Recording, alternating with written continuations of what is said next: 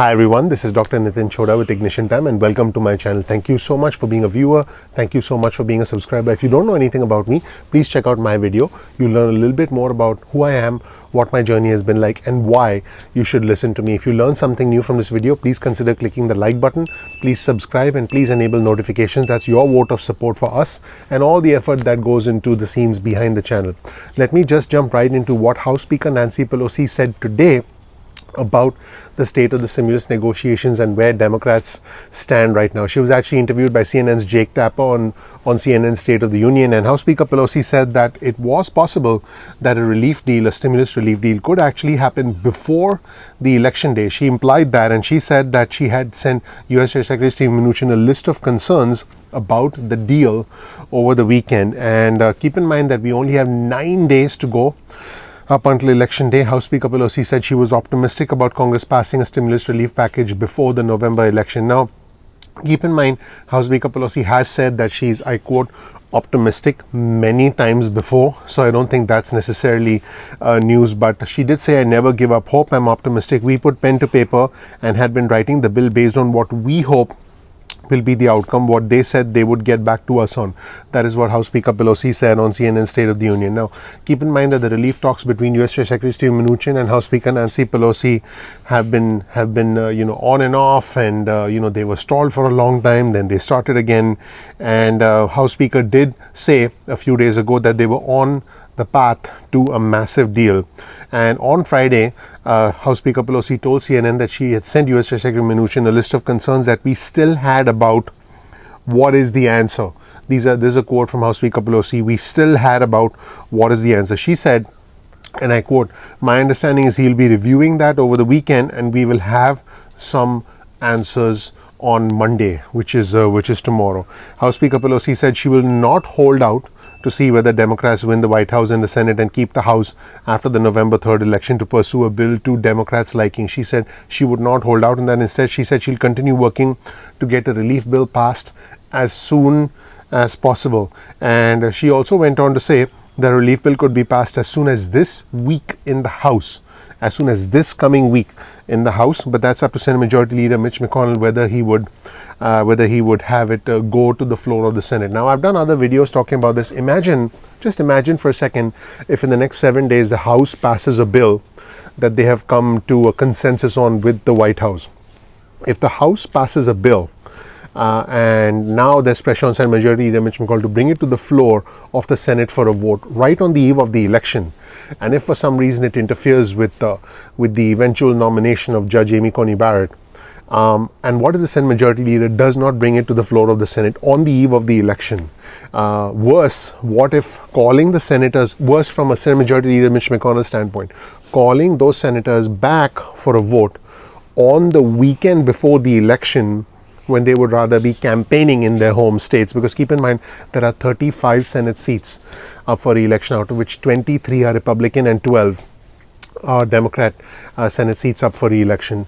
If those Republican senators in those vulnerable states are pulled out of their campaign trail the weekend before the November 3rd election so that they can come back to vote on a stimulus bill, is that likely? Now, if they do that, House Speaker Pelosi and the Democrats win because that could potentially impact them. But if they don't do that, if Senate Majority Mitch McConnell does not call a vote, by the way, he has told the White House that he does not want a vote, what impact will that have? I mean, that could potentially be even more devastating if that is indeed a political calculation here. I just want to be clear, Senate Majority Leader Mitch McConnell has steered largely clear of this subject, and many Republican senators have indeed been opposed to the $2 trillion stimulus deal being discussed between the administration and the Democrats.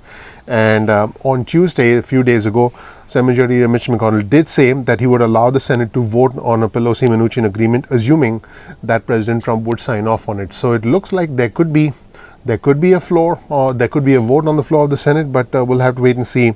And the White House chimed in on this as well. In fact, there was a very contentious interview between CNN's Jake Tapper and White House Chief of Staff Mark Meadows, where they went into a lot of detail about this. So he chimed in as well. I'll be covering those details also in another video. Make sure you click subscribe, make sure you enable notifications, and make sure you please like the video if you learned something new. Let's get back to House Speaker Pelosi's comments on CNN's State of the Union. And House Speaker Pelosi was quoted as saying, the fact is we don't agree to the science to crush the virus. If they did what's in our bill, and she's talking about the HEROES Act, which was passed back in May, and then the updated version of the HEROES Act, which was passed a few weeks ago. If they did what's in our bill that science dictates that we do, then if we do that, then we can lower the incidence of the virus in certain areas, open schools and open businesses. So you can see that the position of the Democrats is consistent. House Speaker Pelosi has pretty much been saying that like clockwork. And she said, if we don't, we are just giving money to the president to spend any way that he wants. Interesting comments that have not been in furtherance of crushing the virus. We all want an agreement. Nobody wants it more than the Democrats. Now, nobody wants it more is a kind of language that reminds me of President Trump, you know, the kind of superlative, hyperbole language. Nobody wants it more than the Democrats. We have been fighting for food for the hungry and rent assistance for those who have been evicted. But most importantly, we have to stop the spread of the virus. These are quote, this is a direct quote from House Speaker Nancy Pelosi. In fact, let's see this ourselves. Let's roll the tape and see exactly what House Speaker Pelosi said about this on CNN State of the Union with Jake Tapper today. And after that, we'll listen to House Speaker Nancy Pelosi's thoughts about the stimulus, and I'll give you an analysis of where things are heading. So stick around till the end of the video. Watch all the way to the end. First, let's hear House Speaker Nancy Pelosi talking about the Democrats' fundamental position about the state of the pandemic. Let's roll the tape. The fact is, if we don't agree to the science to crush the virus, if they did what is in our bill that science dictates that we do, then if we do that, we can lower the incidence of the virus in certain areas, open schools, open businesses, and the rest. If we don't, we're just giving money to the president to spend any way he wants, and that has not been in furtherance of crushing the virus. So again, in terms of, we all want an agreement. Nobody wants it more than the House Democrats. We represent these people. We have been fighting for food for the hungry, rent assistance for those who may be evicted. But most importantly, we really have to stop the spread of the virus. And in the second segment of the interview, House Speaker Nancy Pelosi specifically talked about the stimulus and where things stood as far as the stimulus was concerned. I alluded to those comments at the start of this video, but we'll hear it directly from House Speaker Nancy Pelosi. House Speaker Nancy Pelosi said, no, I will never give up hope. I am optimistic. We have put pen to paper and have been writing the bill based on the outcome that we want, what they said that they will get back to us on. So essentially, House Speaker Pelosi is now putting the pressure back to the administration and saying, hey, I'm waiting to hear back from you. She said working families are suffering and millions are in poverty. 900,000 women left the workforce in September. I've done other videos talking about the disproportionate impact of this pandemic, of this uneven economic recovery on women and on specific groups in our country. She said we have to act. Anything less than crushing the virus is really official malfeasance. To crush the virus, we have to follow the science: testing, treating, mask wearing, ventilation, separation. That's what the former Vice President Joe Biden has put forth. We have it in our bill. They said they are going to get back last week. They said they will support the testing language with minor touches. That was 55% of the language. We are still waiting for the final okay. That is a central issue in all of this. We cannot just say, President, here are trillions of dollars, spend it however you want. We have a plan. We have a strategic plan. Pretty strong comments indeed. Let's roll the tape and see what House Speaker Nancy Pelosi said today on CNN State of the Union. Let's talk about that. You said a few days ago that, quote, we'd have to have our legislation all written by the end of the week to get it passed by Election Day. That was last week. You still have not reached a deal. Is it fair to say that a coronavirus relief package is not going to be signed into law before Election Day? There just isn't the time to do it? Well, you know, I'll never give up hope. I'm optimistic. We put pen to paper and have been writing the bill based on what we hope will be the outcome, what they said they would get back to us on. Here's the thing. For us to do anything, I want to just say to our friends out there who are suffering, and the country is suffering. Working families are suffering. Millions more into poverty. In the month of September, nearly 900,000 women left the workforce. So we have to act. To do anything, though, that does not crush the virus is really official malfeasance. And to crush the virus, we just have to follow the science.